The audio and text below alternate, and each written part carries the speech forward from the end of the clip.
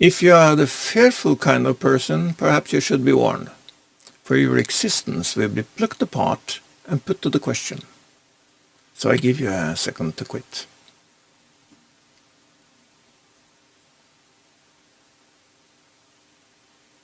Okay, you are still on. Well, let us bring up the question. Do you really think you exist? Physically speaking, that is. You say yes, of course. True or untrue? Well, let us penetrate the matter a little to see if you're right. Pick up your hand. Move it a little. It certainly feels quite like it is there, and that you can do things with it voluntarily. You feel it as a part of you, of your obviously existing body, right? So, we agree this far, but let us have a closer look at your fantastic hand, for it is fantastic, really. Let us try to penetrate the matter, not the subject only, but the matter of your hand as such. Open your hand. Look at it. What do you see? Skin, and beneath it some blood vessels, tendons, muscles, and bones. It works perfectly at your command, just like a perfect tool. Now imagine that you have a magnifying glass. Looking through it, you now see more detail, yet still only the surface. With a microscope, you will get even more detail and observe the cell structure of your skin and the myriads of bacteria living there. Don't worry. There should be there, most of them, to protect you. So do not stop to wash your hands. Now we will remain on this microscopic level and carry out a small experiment. A mental experiment that will not hurt your hand. I will take you on a journey all the way to the roots of matter and make you disappear. Not like a stage magician, but like a real physicist. Prepare your imagination. Imagine that you are able to travel into your own hand. You move in between the skin cells and reach underneath. You can see the blood stream and also possibly some flashing signals speeding through your nerve filaments as they initiate movements originating in your immaterial will through your brain. We need to go deeper. Let's imagine that you enter the bloodstream in one of those tiny vessels where you spot a molecule of carbon dioxide that has just been released for transportation to your lungs to be exhaled from your body. Imagine it being like a great dot, and then move closer, going several steps up in magnification. This is what it may look like at this stage. 3 tiny foggy balls, a little distance apart, the 3 atoms of the carbon dioxide molecule. There is 1 carbon atom and 2 oxygen atoms. But we need to go even deeper, in a level of magnification that goes beyond all electron microscopes so far invented. To keep it simple, we hold on to the atomic model designed by Danish physicist Niels Bohr. The atom here looks, as you may know, like tiny planetary systems. Yet we need to go even deeper. You need to have a closer look at the carbon atom, so you move towards its nucleus. Imagine it being a small, slightly glowing ball. As you continue to approach, you see that the nucleus is not a ball at all, but a composition of even smaller balls, the 6 protons and 6 neutrons. In all you see 12 tiny balls, quite some flying distance between them. Yet they remain connected by a force you cannot see, something like a gravitational force.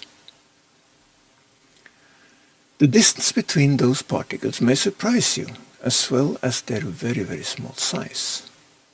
the protons and neutrons make up only a small percentage of the carbon nucleus. You can fly between them like between the Earth and the Moon. We are, however, not finished yet. You need to have a closer look at one of the protons, so you move deeper, diving into it, discovering that it also is not a particle, but composed of 3 even smaller particles, extremely tiny balls, the quarks. You are now edging at the unimaginable. The 3 tiny quarks are separated from each other by some distance too, flimsily connected by what physicists have called gluons. It is quite intriguing to recognize that they also just make up a fraction of the proton. The neutrons are likewise composed of 3 such quarks. Now a question arises. What is a quark? Physicists hold that it is one of the elemental quantum particles. It is the same kind of particle, basic particle, as are the electrons that form a cloud around the nucleus, and the photons, neutrinos and muons, and a number of other particles making up the quantum model. Those particles are at the very root and ultimate building blocks of matter. They are considered to be so-called point particles, and here is a recent description of one such particle, the muon. I quote, "The muon has no width in space, no weight, and no inside or outside." Wonder, wonder. What may it then be, materially speaking? A ghost? Let us, for the purpose of this example, adopt the string theory of modern physics and move into this ghostly quark. What opens up is almost like a new universe inhabited by some extremely tiny, flimsy, vibrating strings that fill up less space than the stars in the sky we may watch on a clear night. They vibrate at a rate that makes this fundamental particle become a quark, just like piano strings.